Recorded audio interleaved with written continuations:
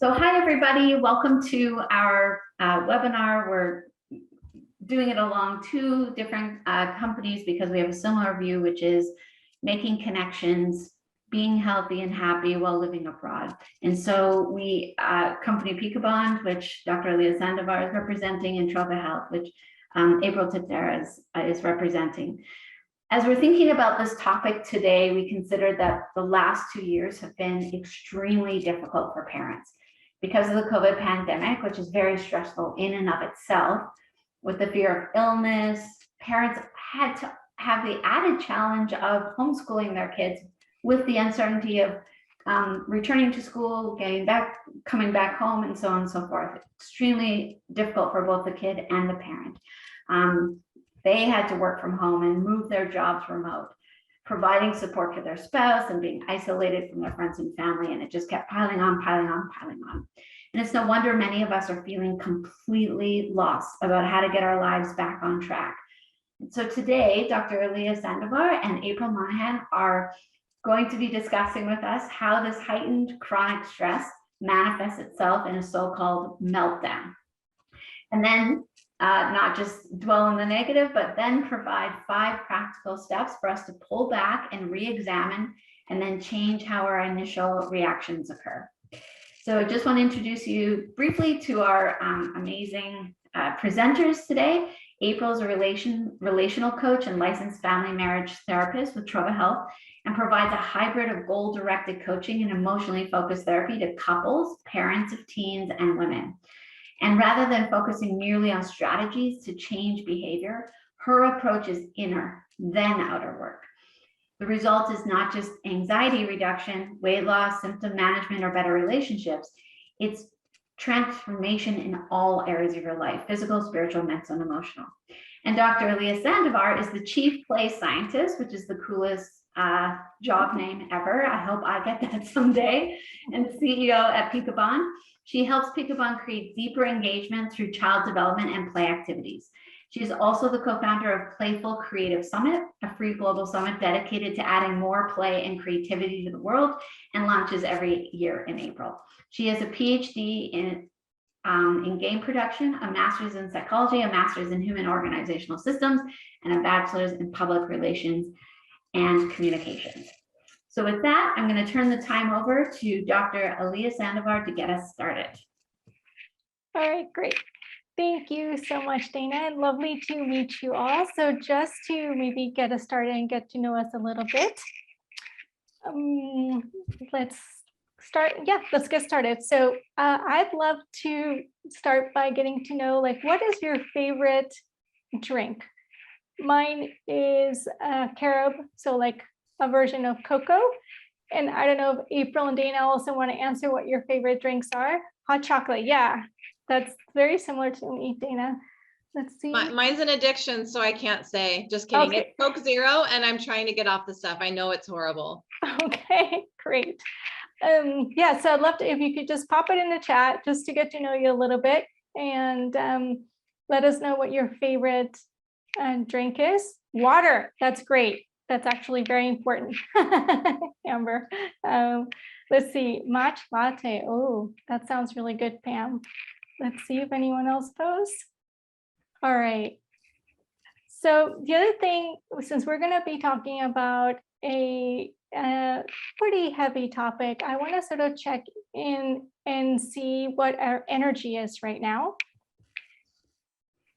So I want to see right now if you could drop in the chat between 1 being low and 10 being high, where your energy is at this moment.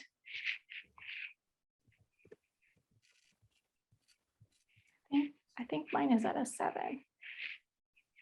Yeah. Okay, great. It's good to sort of take the pulse. April's up. Okay, fantastic. All right, so we're gonna now play a little game.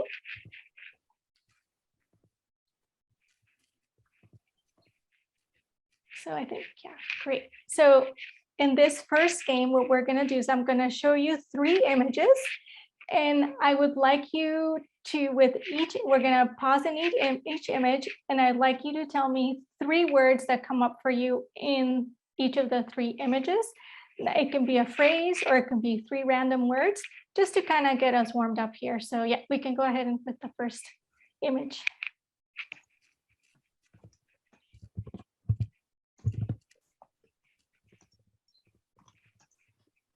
And you can drop those in the chat so we can see what everyone's.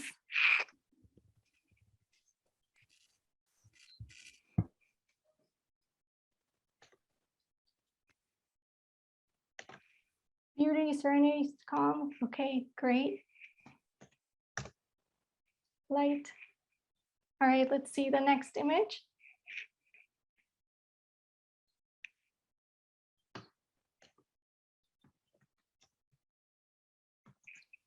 And what comes up here?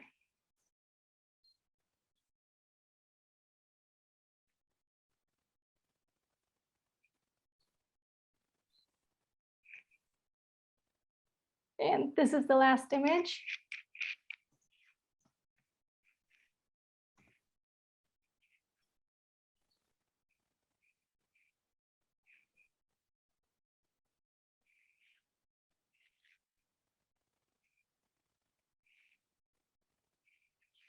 Okay, so now we're going to do the same game again, but this time I'm going to ask you to describe a feeling when you see each of the images, and just one word per image with that feeling.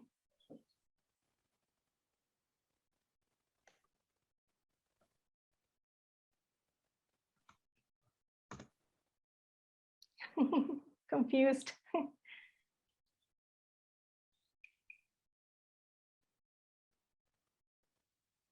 Bored, says Pam. Okay, this is another image. Okay. I think love on this one.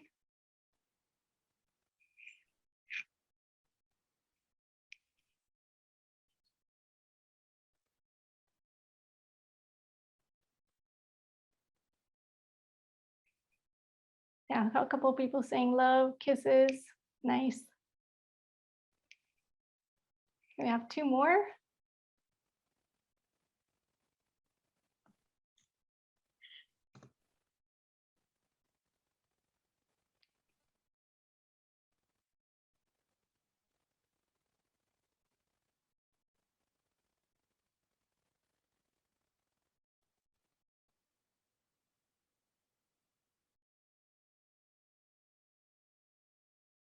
I think this is the last one.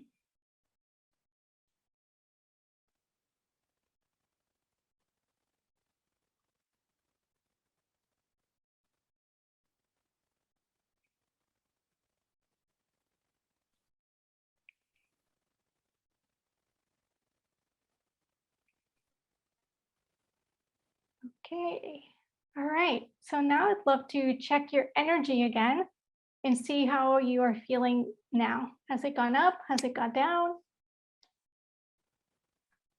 Okay, looks like Pam went up, 8, 8, up. Good, great. All right. Mission achieved, as we would say in games. That's great. So as you know, we're going to be talking about some real topics. So I just wanted to begin this entire experience on an upswing. These are some of the very real things that we have been experiencing through COVID, with parents feeling increasingly stressed and grandparents also feeling lonely. And you know, the sanity and structure of life can disappear in one moment, you know, so, and it's so easy to then get so many anxiety and worrisome feelings when the world around us is unstable, and when things that we didn't think would happen. Like one of my friends said recently that her child this year had been at home more days because she was sent home sick with the sniffles than she has been in school all year long. So this is just one of the many things that have happened in this last year for parents and for families. And so we want to talk about that. We want to help us understand what a meltdown looks like and how they happen. And to begin that part, I'm going to turn it over here to April, who is going to share that for us. As Alyea was talking, I was remembering with the start of COVID, when Everyone, even the kids, had to be at home on their computers doing school. My husband in one room, me in another room, and all of us are using computers. And the little like 2-year-old at the time was just running around doing whatever she wanted. And just yesterday, my husband was working in one room, I was working in the other, both on important calls, right? And the 3-year-old is parked on the stool, and it's high enough where she can't get down. But I gave her just like, because I'm a great mom, I gave her this Slurpee. I thought that would entertain her for a bit. She had to go to the bathroom so bad, and I can hear her downstairs crying and yelling, get me down, I have to pee. And I'm like, what can I do? I'm on this client call and I'm getting like really wound up, and my husband can't. Anyway, he walked in there to get her 20 minutes later, maybe, I don't know how long it was. And the Slurpee was like chucked across the room and pee all over. Of course, I didn't clean it up. He cleaned it up. I was still on a call. But that's what it looks like, right? Our kids are doing things, and then we absorb all that chaos in our systems. We start having our own reactions. And I noticed for me, because I tend to run kind of high with my anxiety levels, that it's a little bit trickier. I mean, my kids can see it right away. So I'm going to talk to you about what it looks like inside your system with your window of tolerance. I use this word quite a bit just to describe. So Dana, if you can go to that next slide. Just to describe what the window of tolerance is, this was something coined by and referenced to with Dr. Segal. And what I describe to clients as like, we have this frame, and I posted it here, that if we can stay inside this window of tolerance, which is basically the area where I feel I can respond appropriately, I can have my thoughts about me, and I'm using my logical brain, right? My emotions aren't running the show, then I can be pretty safe and I can have healthy, happy, fun, playful relationships. But oftentimes, because of the chaos around us and because of our own thoughts and feelings, we end up being outside the window of tolerance. So when I use that phrase, what it means is our nervous systems that control everything going in our body, including digestion and sleep, they are overstimulated, right? Too high. And that sends us into this fight response or flight, like I'm going to run away.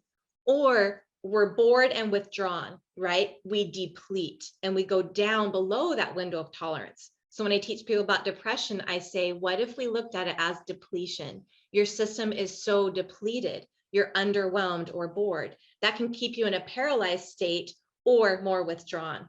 So when we talk about emotional dysregulation, this is what people are really saying, is that our systems are outside up or outside down of that tolerance. So we've got to be able to get back in there if we're going to function in a way that works for us and our families.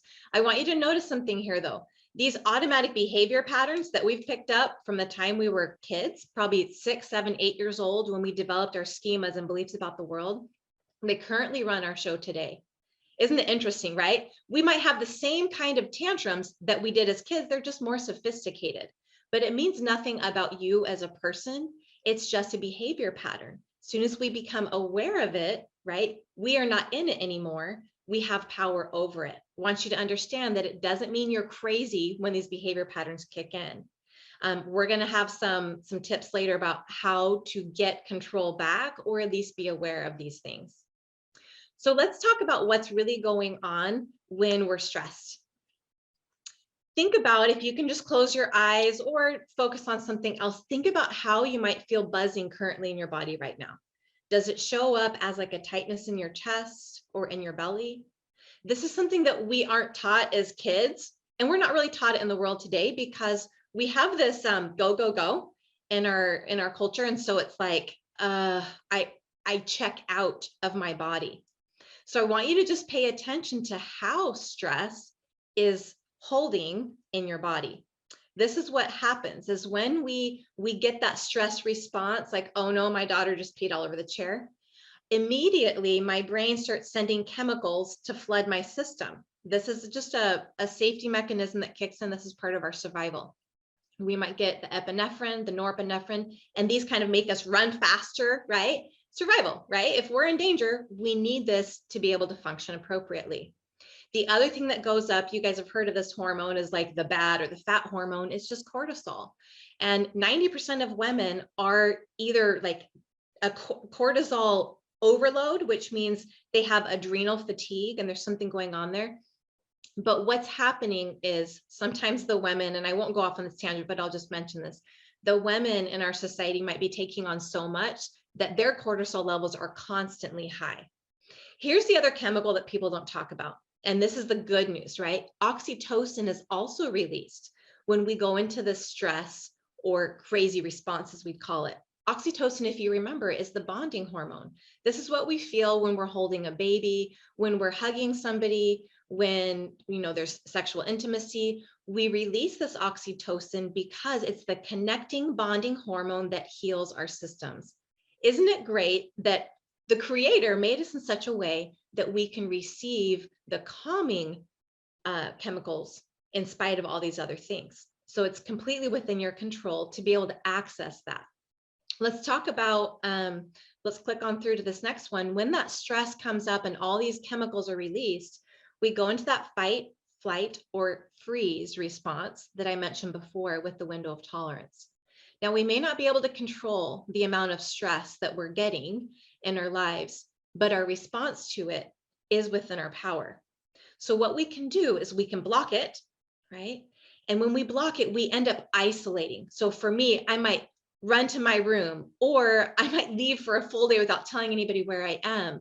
I go and I try to find, like, I'm going to find healthy, or I'm going to find like junk food. I'm going to find like something that's going to take the pain away or help me disconnect. And I become emotionally dysregulated. This is a recipe for depression and anxiety. So if you click to that next one. So when I talk to clients about their current state and they say, I'm just so depressed or I'm so anxious, we know it. I realize what's happening is the way they're processing the stress is through blocking. There's another option here, and that's through embracing it. It means that when the stress comes, we go, okay, I'm stressed right now, and I know what I need to do. We rely on that oxytocin chemical, right? This natural tendency to want to reach out and get help from somebody. I've had so many times in my life where my arousal level's way outside that window of tolerance, and I know I can't survive there. I reach for my husband, or I have a really great friend that I'll call. When I do this, I start to feel like I'm not doing it alone. So I get the attachment, right? I get that connection, and that builds emotional resilience. This leads to balance. And that's what we're striving for when we are talking about staying within that window of tolerance, because we cannot survive too high or too low for that long. Let's look at some emotions that come when we're feeling stress, or maybe just like the chaos that COVID and our kids can bring in our lives. I want you to think of it as this iceberg. And everyone knows about the story of the Titanic. The danger was that the boat or the ship, right, this huge cruise ship, did not know the vastness of this iceberg and hit it long before the tip even came into view. So when we think about the emotions that people see, or like when my kids notice that I'm angry, it's in my behaviors, right? It shows up as yelling, or like slamming cupboards, or sending them to bed, or whatever that is. That's just on the surface level. Okay, I call these the secondary emotions, just in the behavior. So people might notice my anxiety, my frustration, even if I'm like super depleted and I'm depressed. I'm just like, oh, I'm really checked out, right? These are the things that can be seen. But what's really underneath these primary emotions, these are what people don't always see. They may not show up in the behaviors. So what's driving this most of the time is fear and pain. So if I ask you to sit back and check in about what happened during your last meltdown, my guess is that you'll be able to say, oh, I'm just so frustrated because I'm not getting my needs met. Nobody's paying attention to me. Or for me, like if I'm yelling, it's because I want people to listen. So this is where I'm going to teach you about deeper desire. If I have a behavior here, right? Remember, it's not me. There's nothing wrong with me. It's just my behavior pattern. My go-to is to yell. I can slow that down and say, what does yelling really want? Oh, the yelling behavior, which is a manifestation of anger, really just wants to be heard. So if we get really still with ourselves, it's a point of maybe sadness or hurt. I can notice that I'm disappointed because my kids aren't listening. My deeper desire there, behind the anger and the yelling, is to be heard. So the first thing I need to do is slow down and hear myself. And I know this sounds kind of backwards because in the world, we're told to like push, push, push and yell louder and make sure everyone can see us. But what I'm asking you and challenging you to do is to do the opposite, where you actually start looking at what's underneath these outward behaviors. They're always driven by a deeper desire. The good news is that you can give yourself that deeper desire before the chaos ever changes, right? So here's kind of an example. I just talked to a client yesterday and she said, I don't think that I can be happy or satisfied with anything until I quit my job. And I'm like, maybe so, that could be the case. But what if you allowed yourself to feel happy, peaceful, and joyful even before you quit your job? She's like, I can't do that. I'm not in charge of that. And I reminded her how thoughts create the feelings. So what we've got to do first is get a hold of our thoughts and question them to be able to manage the feelings that come after that, right? We start changing the story. Let's talk about now what happens when we become aware of our thoughts and feelings. We start to get this emotional regulation. This is balance. So the way that I define this would be taking our experiences, right? All these circumstances that we may not be able to control, the things that are happening to us, and we just recognize how it's affecting us, what feelings are coming up. We can slow down for a minute. Once we become aware of what's going on, we are no longer over-identified with that feeling. We are no longer angry. We just feel anger. It's just something in us, but it's not us. The magic here is to take 90 seconds to feel the feeling. This is research-based, not just coming from my own thing. Like I often can't even sit with it for 90 seconds. I may last for 30 seconds and then go right back up into story like, but his fault. He shouldn't have done that. And what we want to recognize is that nothing we are going to yell out or do with that behavior may change the circumstance until we're back in our window of tolerance. We're not going to function appropriately. I don't make my wisest decisions on the road, driving in traffic when I'm angry, right? It's not going to get me to my destination any faster. And it's the same thing when we're in these family relationships. So take that time. You might even decide to close your eyes or go to your room by yourself and just feel it for about 90 seconds. The magic that happens here is that the emotion, which is just energy, right? It starts to process in our system and it moves through. Something that helps us with this activity or exercise is to accept that whatever's happening around us, it's already there. We don't have to agree with it. We don't have to like it, but just to accept that it's there. It's supposed to happen because it is happening. And then if you find yourself stuck in judgment, which is one of my favorite things, you just replace it with curiosity. Oh, I wonder what that person was really needing from me. I wonder what this feeling means about me, or I wonder what my story is, how I'm attaching meaning to this.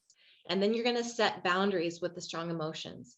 That means that you don't over-identify or take it on as your identity, right? I work with clients sometimes that are so depressed, they don't know how else to act or be because it's become their identity. We've got to replace it with something else, including a different story. Pay attention to that thought that created the emotion. So maybe I'd ask myself when I come in from work and I see the whole house is a mess and kids are laying around on the couch, these kids are so lazy. Nobody cares about me. Nobody even wants to help. Is that 100% true? And don't say yes here, because the truth is my kids do a lot of things, right? The general neutral circumstance is that my kids were sitting on the couch. That's it. Everything else is what I made up about it. And that's how I want you guys to start slowing down and questioning to make sure that you don't get stuck in a story that is not helping you at all. The truth is that I came in, the house was a mess, we can all work together. Because again, deep down, what I really want to feel is peace, relaxation, and to be heard. So as we're talking about these things, I've already given you a few ideas of how to regulate the nervous system, but now Alyea is going to take you into a few of these 5 points that we're all going to be able to do in order to bounce back from any type of emotional stress in these meltdowns. Great, thank you, April. All right, so the very first point, and what I want to say is these points are really not in order. So whatever fits with you, with your schedule, with your personality is what you should do. And now that April has really helped us understand what a meltdown is and where it happens, now we can think about active steps to help us with that. So the first one is, and it's going to be, of course, you're going to be like, yes, of course, we know this, is to ask for support. And, for people that I normally engage with through our app, we work with a lot of expats, and we understand that this is tough to do when we're in a new place and there's few options for help from friends or family. And but one of the really good things to do is to think about if maybe there's one person that you could reach out to or you could call whenever you're having a difficult time. So as an example, our COO has a sister who lives in Australia, and both her and her husband had to work at a time in the evening when their child would be kind of left with them, but they really need to focus with work. So Annie offered to babysit remotely via Zoom. And you would think that a 2-year-old wouldn't sit in front of the Zoom for 2 hours, but she did. So there are many, many creative ways in which we can ask, for support from family. So what I would invite you to do now is to think about one person right now in your life that if you're having a difficult time, whether they live close to you or far away, that you could reach out to you if you're really having, that you can reach out to you no matter what for support. And you don't have to tell us who that is, but just to actively think about that person would be a great first step. The second, also very related to ask for support, is to connect with your children and your family. I think a lot of times, and I've seen this with my sister, where things are focused on the day-to-day, taking care of the children, getting homework done, doing laundry, cleaning house, like working. And then sometimes sort of like play, which is how we're wired. Our brain is wired for play, and it also helps to relax us. It releases oxytocin. Then we forget that, right? We forget to play, we forget to enjoy ourselves. So think of an activity, that you can have in the back of your mind, that you could have ready, that you can bring together with your family, that would be fun for you to do. So that could be, like a scavenger hunt, or, you can, give your kids a phone and tell them to make a commercial or a movie.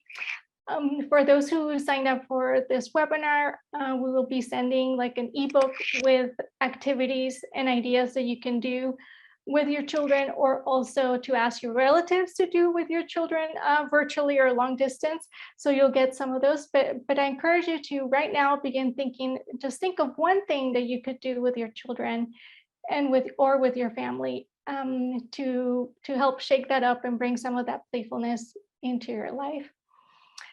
And lastly, well, at least the last one I will share with you is then to, and I know this is hard, it's hard for me, is to give yourself the permission to take time out. And in this busy world, right, we don't allow ourselves to rest.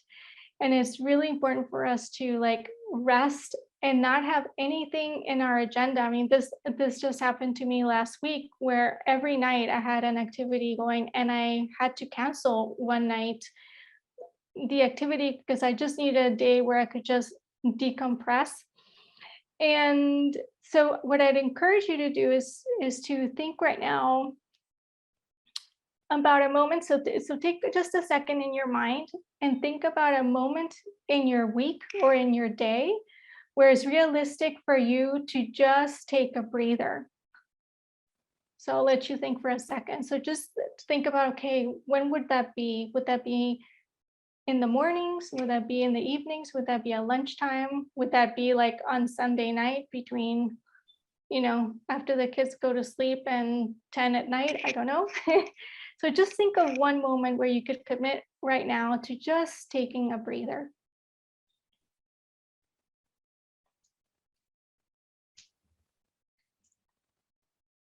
Okay, great.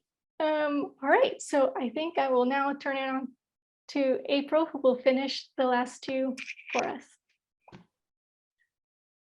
I think it's good to be able to look at what's already up there on the board, because in my mind, I think, well, when I'm outside of my window of tolerance, my first inclination isn't to go ask for support. It's fight or flight. I'm gonna like run, or I'm going to like fight with whoever's around me. But here's what I think is powerful.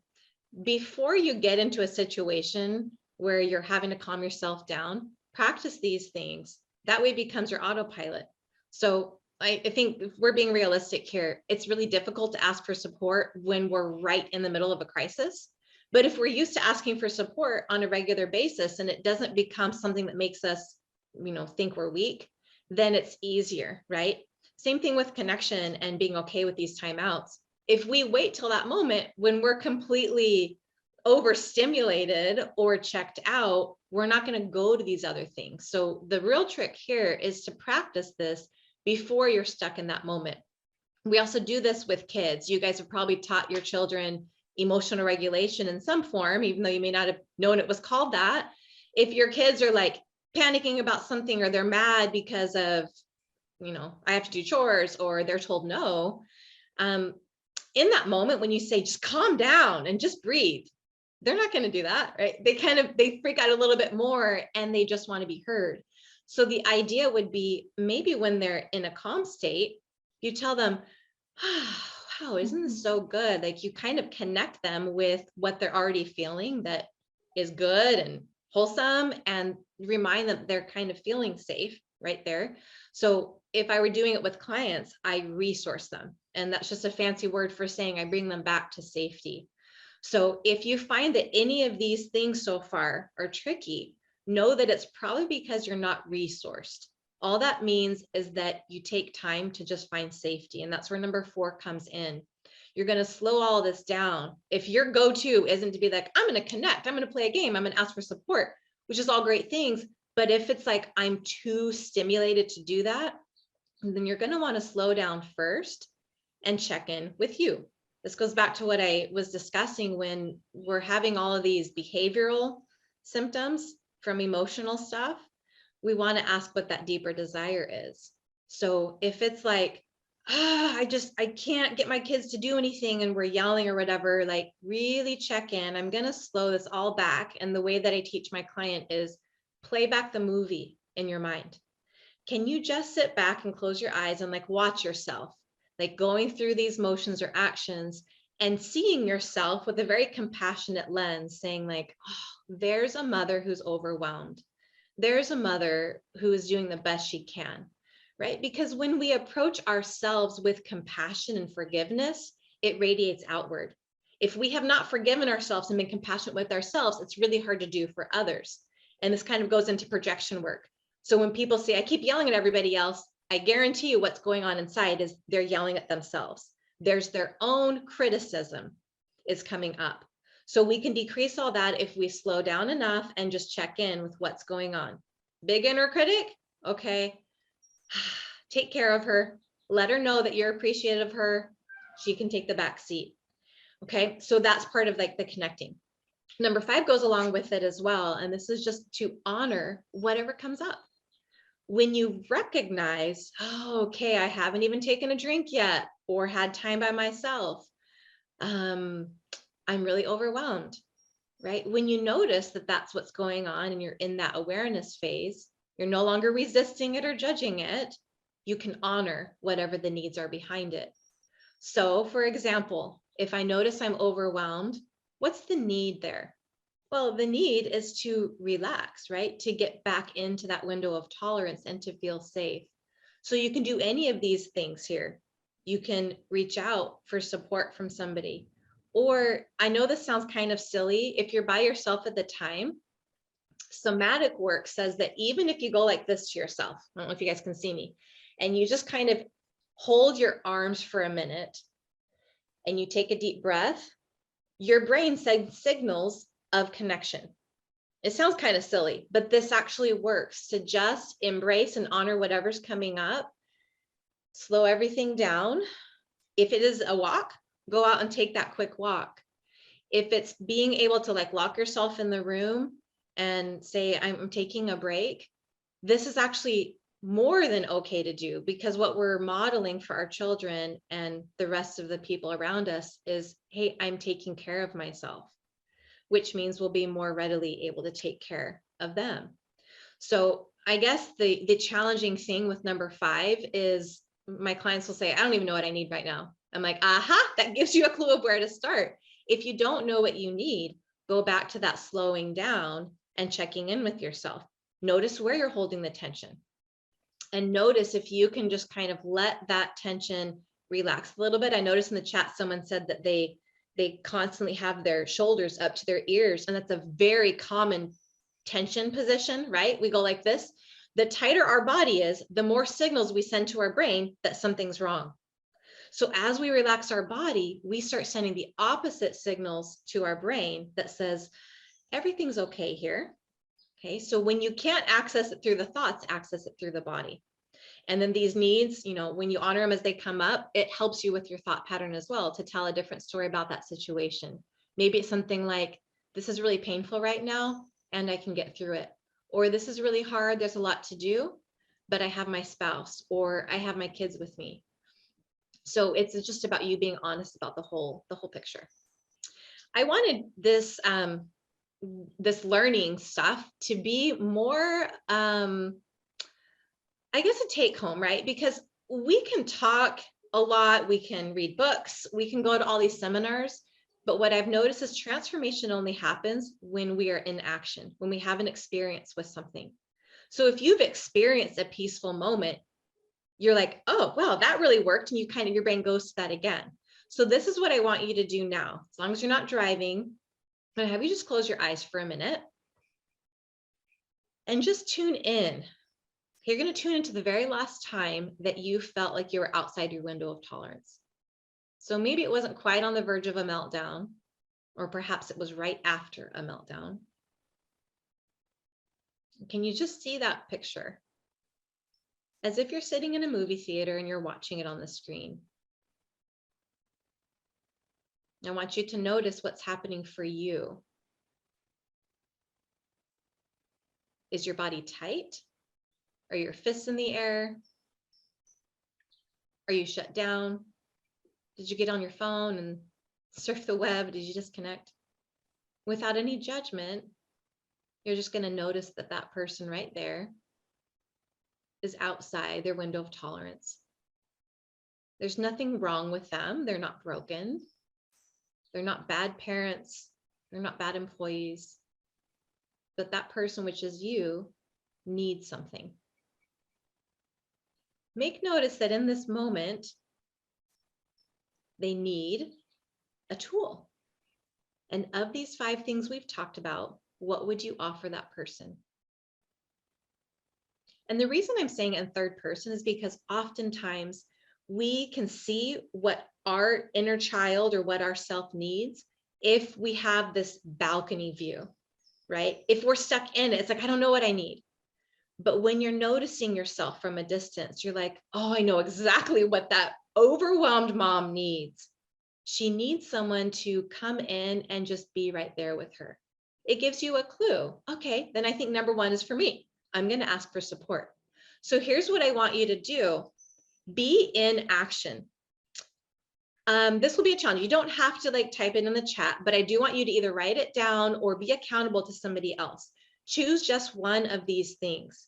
They're all great and they all work, but choose just one that really resonates with you. That one that you notice as you watch the whole movie on the stage, aha, this character really needs this, and offer it to yourself. Okay, so you're just going to write that number down. Maybe it's okay, this week I'm going to practice slowing down and honor what comes up, or I'm going to connect and reach out for support. So when these things are accessible, right, we're going to practice them with or without the meltdown. knowing that when you're stuck in it, we don't have access to that brain, right? We're just going to be like in crazy mode. So you've got to slow it all down, get back online with what you're going to do, and then choose one of these things and then play around with it. Maybe in one situation, number 3 works better, and in another situation, number 1 works better.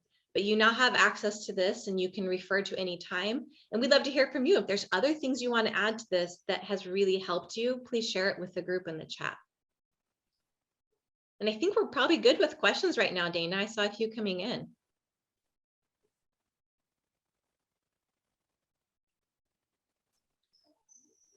Oh, you're muted, Dana. Dana, you're muted. It's happened to me I'm sure it was before. important, whatever you said. Oh my gosh. I made a really funny joke that now everybody missed. What I really said was, thank you so much, Alyea and April. Super important information. I definitely learned a lot. There were a few questions that came in. So this is probably for Alyea. You talked about rest, and this person said, I know it's good to rest, but as a parent, when? And maybe you can talk about some strategies that you've seen on like the kinds of things that you talked about, being creative about how to engage your children so that you as a parent can actually rest. And I don't mean just, people feel guilty about putting their kid in just in front of an iPad for. Yeah. What are some things that you know about? Well, yeah, of course, the rest is a very difficult thing for parents.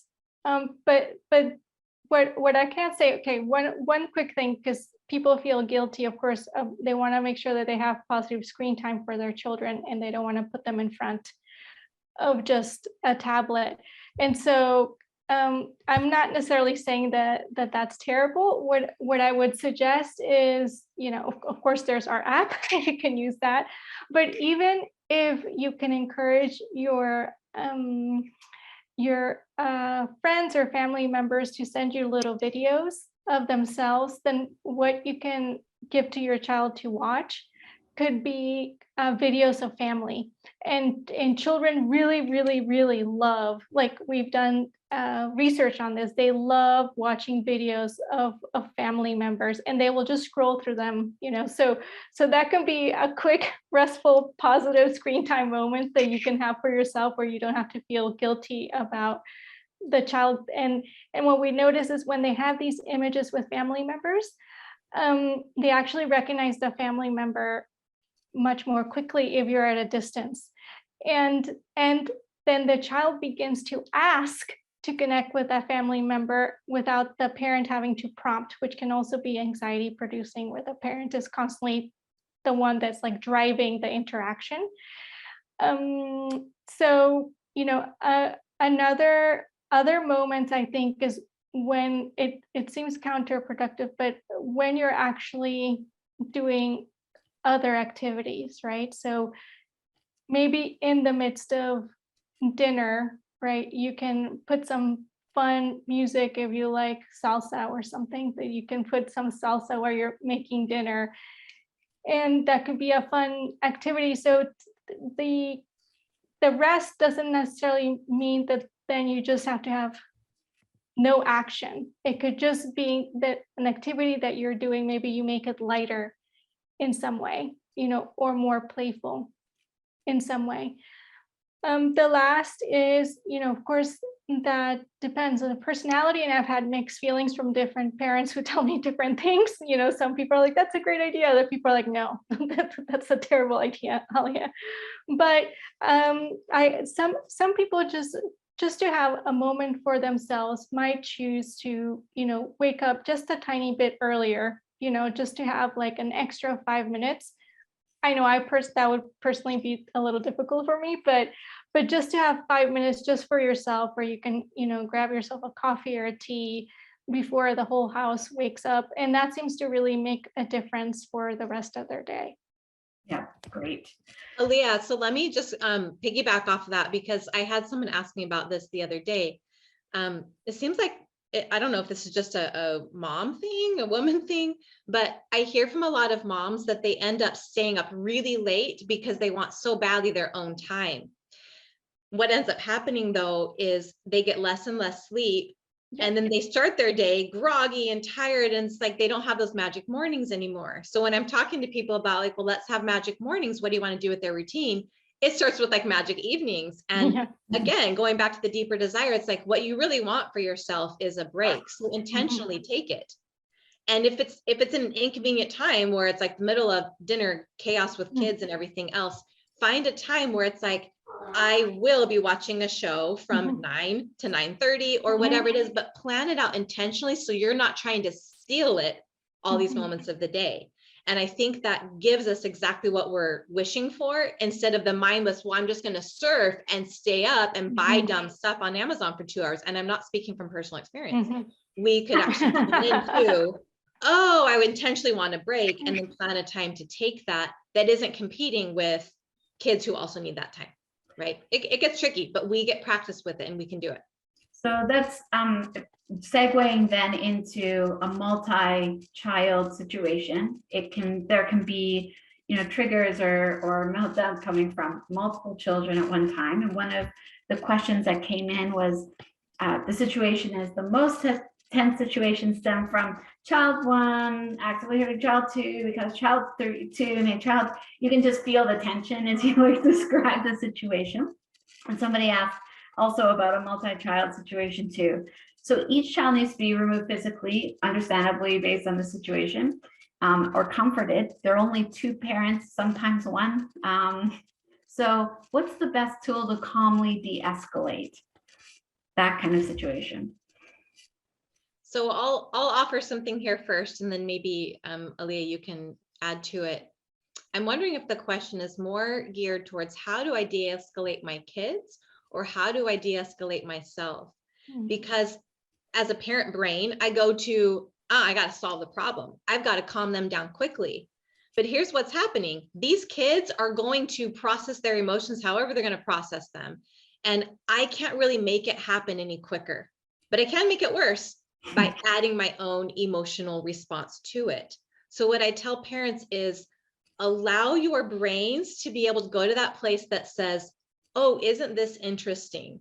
And I know this sounds like I'm making light of the situation, but play with me here. Isn't this interesting? Or isn't this kind of like a crazy situation here? However you want to think of it, that here's this child over here, instead of like, oh my gosh, what am I going to do? I can't handle this. Everything's going to be horrible. In 5 years, they're going to end up in prison. Do you know what I mean? Like, we can stop ourselves from going right to that place of all is lost, my life is broken. So if we catch ourselves judging the situation and making it like kind of taking in all of that chaos, we can take that breath and say, okay, right now, this is really hard to deal with, but I'm going to remain calm so that I have ideas come to my brain. We'll get inspired with what to do next, as long as we have access to our thinking brains and it's not hijacked with emotion. And so I could offer some tips on how to calm down the kids, but depending on what the struggle is, you probably tried everything. The most important thing is that kids are looking to their parents for a response. And if the parents are remaining like on the ground while the roller coaster is going, the kids know when the roller coaster stops, they've got safety on the ground with mom and dad. And I explain this with kids who are, if you have a sick baby and you're rocking them back and forth, you getting sick does not make the child any better. All you can do is hold that child safe and give them the environment of healing so that they can get well and you're not getting sick with them, right? So we kind of stay out of that chaos. Yeah, interesting.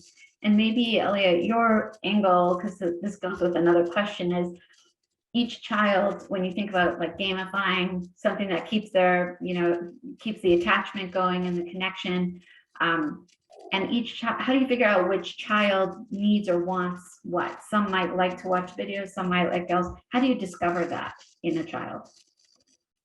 Oh yeah, that's a great question. But usually, as a parent, you would know what a child likes already. You already have noticed that your child likes nature versus, or a child is very active. You can have one child that is super calm and likes to color, and another that's very, very active. So sometimes it's good to like, if you're able to remove the children, to tag team it a bit. So someone can take like the active child out for a walk and the other person come in and then be with the other child or the other two children doing art or whatever it is that works for them. Of course, our app like offers different activities and different things. But I think kids naturally, you know your children, and naturally they show you what they love. If they're into horses or unicorns or dinosaurs for that week, or you know, they're a little bigger, they're not eating bananas because someone at school, you know, says bananas are not great. So I think you know that from your children. But the thing I wanted to say about what April just mentioned, which is very related, is that sometimes if your both parents are there, because sometimes not everyone's able to grow up with two parents, but it helps to calm the entire situation. If one person is very upset, that the person who's calmer can help with that situation. And I've seen it with children who get very upset, and you see the parent trying to calm them, and the parent themselves is getting quite upset. And then someone comes in, this is where having someone there for support is really important, who is removed from the situation, who is neutral, and they come in and hold the child or hold the parent, and the whole situation de-escalates. The child stops crying, the parent seems calmer. And so, yeah, I'm not sure where I'm going with this, but having extra support beyond the two parents, or having the parent that's more calm if one is not able to calm, is also important. Great. So we're running out of time. We want to make sure everyone has a chance to, all the questions I think have been answered. If you have any others, shoot them in. We might have 30 seconds more to go, but Alyea, do you want to just talk about Peekabond for a minute?